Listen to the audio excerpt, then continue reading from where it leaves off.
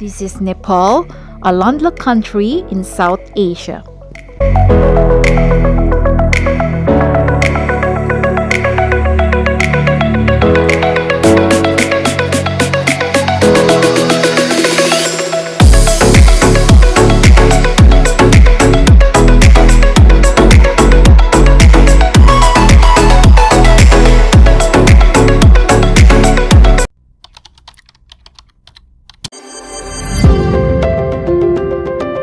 Si Engineer Theresa Redoba ay isa lang sa mga Pinay na naglalarawan ng katapangan at ng angking lakas ng loob dahil sa uri ng kanyang trabaho dito sa PRABU helicopter dito sa POKHARA, Nepal. Ayon sa kanya, siya ay nagtatrabaho sa PRABU helicopter sa loob ng mahabang 7 taon hanggang sa kasalukuyan at siya ay nagtatrabaho bilang aircraft maintenance engineer sa nasabing kumpanya. Ayon kay Theresa, hindi naging madali para sa kanya ang pagtatrabaho dito dahil may mga adjustment din siyang nararanasan noong bago pa siyang nagsisimulang magtrabaho sa kumpanyang ito.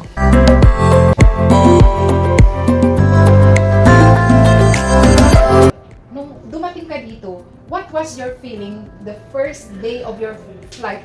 Inisip mo ba na may takot ka bang naramdaman or parang excited ka? What was the feeling do you have? Nakakatakot. Kasi sobrang taas. Philippines, Baguio, nasa 4,000 plus. Dito, normal lang sa atin. Naglalakad lang tayo ng 4,000 ng Kathmandu is 4,000 plus, 4,300 feet above sea level. Dito sa POKHARA, 2,700 tayo.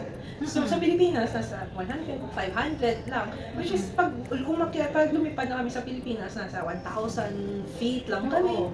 So Dito, normal kung nililipad, 7,000. Oh my God. Punta kami ng Kaya ba ng power natin ito? ang Annapurna Base Camp, ang pinakamataas kong napuntahan is Annapurna Base Camp. Nag-stay ako doon 1 night. Kaya, syempre, trabaho, work, helicopter din. 13,500 siya above sea level. Right, guys. Yeah, mahirap huminga, masakit sa ulo, tapos dapat talaga, dahan-dahan kang maglakad kasi Okay. So yun yung nakakatakot. Sobrang nakakatakot kasi mataas. Unlike Philippines na mababa lang. Napakataas talaga. So, dahil sa experience mo na yun, masasabi mo ba na nag-adjust ka or kumbaga, syempre, nasanay ka na sa mga past experience mo. So, nagkaroon ka ba ng malaking adjustment? Kasi nga, may, as you said, mas mataas dito ang, yun nga.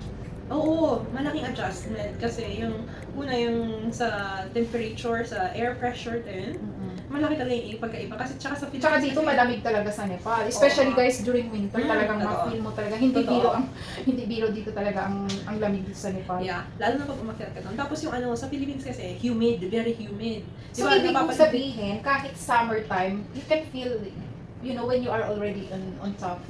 Syempre mas malamig siya. Mas malamig talaga. Kita mo, di ba, yung Baguio nga is mas sa mataas. Yun yung pinakamalamig sa atin. Pero pag umakyat ka rito, malamig na talaga siya. Kahit summer, pag pumunta ka ng mga areas na matataas, malamig na talaga siya. Pero yun nga lang, wala namang snow. Pero malamig. Bagamat si Theresa ay may mga nakaraang karanasan kaugnayan sa ganitong klaseng trabaho, kanya, iba pa rin ang panahon o weather dito sa Nepal at medyo mas matataas ang altitude ng kanilang nililipad dito kumpara sa Pilipinas. So Theresa, dahil sa nasasabi mo nga napagkarami na siguro ng flights na nagagawa ninyo, so ano yung mga area na pwedeng puntahan ng PRABU helicopter so far? Actually, almost all naman na nakakapunta kami. As long as kaya ng helicopter, napupuntahan namin. Pero meron talaga mga areas na kailangan namin kumuha ng permits. Talaga? Yeah, like Lumantang. Hindi ka basta-basta kasi makakapunta yun. Yung may kingdom doon. North siya. Actually, malapit siya sa border pa China. Kasi may calculation kang gagawin kasi sa sobrang taas minsan ng pupuntahan, ng altitude, kailangan talaga namin na calculated yung helicopter kaya ba ng ng power niya doon sa ganitong height. Pero meron talagang areas na kailangan talaga namin ng permit. Like yung Dorpatan, tapos kasi yun is a hunting reserve. So makakapunta ka lang doon pero pag meron kang permit. And then, pala kadali, oo. Then, ano pa ba? Lumantang. Lumantang, saan naman dito ang Lumantang? Far north. Malapit na siya sa border ng Tibet. So, talagang very dry doon. Dry, tapos may kingdom kasi doon. Gumagawa kami doon ng rescue. Mostly rescue yung ginagawa namin doon. Kasi may mga tao din syempre doon nakatira. So, napakalayo pag ibabaydan mo papunta dito ng POKHARA. Napakalayo at napakatagal. Tsaka yung road pa, hindi pa siya ganun hindi siya flat, hindi siya cemented or asphalt, hindi. Rough road. Nasa gilid ng kabundukan. So, to make it faster, kailangan na mag-helicopter. So, yun, kailangan din namin ng permit papunta doon. But the rest, some needs permit. Pero, most probably nakakapunta kami kahit saan. Which requires us, our service. So para kay Theresa, naging malaking challenge ang trabaho nila dahil sa PRABU Helicopter Services. Dahil hindi lang tourist tour ang magagawa nila, ngunit marami din silang natutulungan pagdating sa mga emergency services tulad ng pagdala ng mga pasyente sa isang lugar o kaya sa mga naaksidente na nangangailangan ng mabilisang atensyon sa paggamutan. At syempre naman, kabilang din sa kanilang services ang pagdala ng mga cargo, mga importanteng dokumento o anumang mahahalagang bagay na kailangang maihatid sa kinaroroonan sa takdang oras. At alam nyo ba, sa pansamantalang paglagay ko sa kanyang office, meron akong napansin na nagbigay sa akin ng atensyon.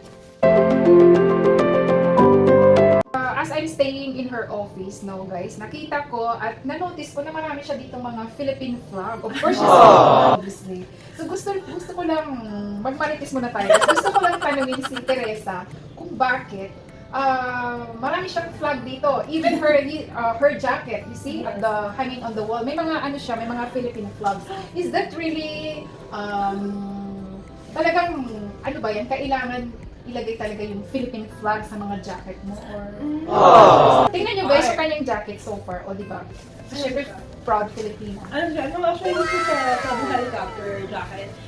Ito sinusuot ko to during when I'm here. So during the operation, if you want to fly, are you going to use this? Yeah, I use this. No, but it's when it's not full. But when I go up to the mountain, I use this because this one is thicker. Tapos, ito may Philippine flag. And then, I have also one more here. Ayan guys, marami siyang flag. I have also one more in my name tag. Outside my office, I have a little small flag there as well. Actually, this was given to me by Miss Anna of Sandugo. Miss Anna, hello. Sandugo. Yes. They're here always. They're promoting Nepal also. And they have this brand, the trekkers. They're the family Miss Anna of Sandugo are trekkers. And this 2024, they're planning to climb up to the Mount Everest. Yung mga anak ni Miss Anna are trekkers. Hardcore trekkers. So, ibig mo sabihin, lagi sila dito sa yes. Last time was just like few months ago. Nakalimutan ko na kung basta winter yun siya. So, siya yung nagpo-provide dito sa akin ng mga mga flags. Tapos may binibigay din siya sa akin na yung mga jackets, gano'n. Yun, kay Miss Anna ng Sandugo. Thank you po. I'm so grateful for this interview. So, lastly, ay may gusto ka bang sabihin sa mga pamilya mo sa Pilipinas? Would you like to greet your family? Gusto mong sabihin sa mga family mo? Okay. First, I would like to say hi to my family in Pasig City po. Nasa Pasig City kami. Hi, hello sa mga Pasig City. Hi sa nanay ko. Manonood siya nito. Okay lang ba sabihin nun? Okay lang. And then sa brother ko. Tapos yung si Henry, hello. Tapos si Jobel na taga-UK nasa Pilipinas. Nagpapakasyon sila ng kanyang wife.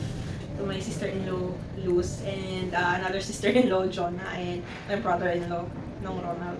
And to the kids, nakalimutan ko, sa aming mga anak. And to my sister, Ami, hello. May another sister yung youngest nasa US yung char. Sa US na siya? Oh, Okay. nagtatrabaho siya. Tapos may two brothers, Henry and Jobel. Jobel and his wife, Luz. Hi, Nining. Hello po. They're in vacation. Nasa Pilipinas sila ngayon. Tapos my sister-in-law, Jonah, and my brother-in-law, Nong Ronald, and to my Paulito, and to Mickey, and Nikki, and Sam, Alex, and Bril. Yun lang. Yun lang lahat ng family. At saka ano po, may milk tea po yun. Tsaka takoyaki yung ate ko. Mahilig ka pala sa milk tea, ha? Pag umuwi ako, milk tea. Ay, talaga? Nasa, ano po, delicious po. Ano Nasa, naman yun? Anong brand? Anong shop? hindi, ano siya, ate ko lang talaga siya yung as in. Ate Yun ang ko lang- business niya. Hindi, actually, she's a banker. I'm very proud of her. She's a banker. Nagtatanim yan, lahat. Tapos she has like, business na yun nga, delicious po, nasa Gaisano, sa Pasig City, at saka City Mall. Oo. Talaga nang promote na ako. Sige po, at saka sa Robinsons din sa Iloilo, Yan, merong promote. takoyaki. So, yan po, masarap talaga. Yun lang. Sa ating mga kaibigan dito sa Nepal, syempre marami tayong Pilipina dito, hindi lang kaming dalawa. We have a lots of friends here in Nepal, guys. At gusto mo bang batiin yung ating mga Yes. nagagandahang mga Pilipina friends Yes. dito sa POKHARA? Yeah, ang dami. Actually, marami tayo dito, no? So, hello po sa akin mga friends, MJ, Lori, Mga- Lady, mga lahat. friendship. Yes. Lahat ng mga friendship. Shout out po sa ating lahat. Thank you po. Thank you din ate sa pagkakataon Okay, dito. Teresa, thank you so much. This is really a pleasure to interview you at sana magkaroon tayo ulit ng second chance interview. Yeah. Kasi marami talaga sila guys dito mga mga operation na nangyayari dito. So I was really thankful that I was able to interview the pilot, which is Captain Ranesh. Captain Ranesh. Yes. Talagang napakabait niya guys at talagang I really feel na welcome talaga yung pag-interview sa kanya. Yes. So maraming salamat Teresa. Enjoy your work here Yes. at sana ay patuloy na maging okay ang trabaho mo dito at walang problema. So sa lahat ng ating viewers dyan, we are invited you to go to Nepal, experience the nature here in Yes. Nepal, especially the trekking, and of course kahit dito lang tayo guys sa paanan ng Mount Everest ay maligaya na tayo, di ba? We really know that going there is not easy. So napakahirap po sobra. talaga. Pero Lahat. adventure. Oo, yun nga, yung mga mahihilig sa adventure, why don't you visit Nepal? So iba naman guys yung naririnig lang natin na porket ganito yung Nepal. So why don't we come to Nepal one day and experience the nature here at in that time, mapifeel natin at masasabi natin na kung gaano pala kaganda ang Nepal, Yes. di ba? Mag-stay ka lang talaga ng hindi lang less than a month dito. Oo. Actually, there's a difference eh. Kasi in Kathmandu, it's like a little bit chaotic. Not little bit, but it is chaotic. But it's everywhere eh. Nasa lahat ng bansa may chaos. Talaga. Yes. Oo. But like, That's you're true. gonna say just like Nepal is like, we are a little bit low here. But you're gonna just say like that. You're gonna Yeah. just only see that Yeah. point. Yeah. That's right. Marami kang beyond that na Yeah, may yeah. offer yung Nepal, which is makes me stay here. And then, when outside of my office only, when I go to work every morning, kasi hindi naman all the time nag-show yung mountains, di ba? Oo. Yung Himalayan Himalayan, ranges. yeah. Nasa labas lang siya talaga ng office ko. Oo. Like ngayon, hindi siya nag-show, di ba? Mhm. So, like, I think yesterday, napaka-clear niya. For almost 7 years na, masasabi ko pala talaga na, wow. Every time makita pa sila to ng wow. Oo, kahit sa bahay namin. Nakita namin, mo? pag pumunta ako guys sa rooftop namin, you really can see the Himalayas. Yes. The Himalayas is not showing all the time. Pero may Yes. time talaga na makikita mo siya, lalo na pag ang weather ay maganda guys. Yes, pag-clear. Yeah, you will really view from our rooftop. Naku, ang Oo. ganda talaga. Oh, thank you Teresa. Thank you din. Thank you to all. So thank you guys and see you all on our next vlog.